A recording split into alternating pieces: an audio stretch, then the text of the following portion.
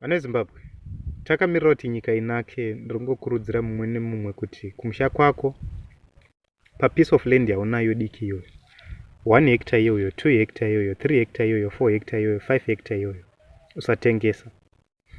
Vaka kamusha kako kadiki diki, ka 1 room kako, ka 2 room kako. Start something. Tenga tumombe, tenga tumbudzi, chengeta huku, buy incubators, buy ma solar systems uchisa pamba.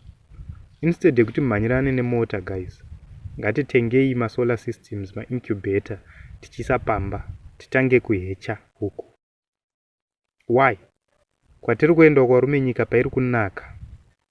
Munhu anenge akarongeka zvichamunakira wese. Yes, nyika ichanakira munhu wese, vamwe vachapinda mabasa and everything, but munhu ari kuzoita business is going to make more money because nyika inenge yakutengesa ma exports and everything else.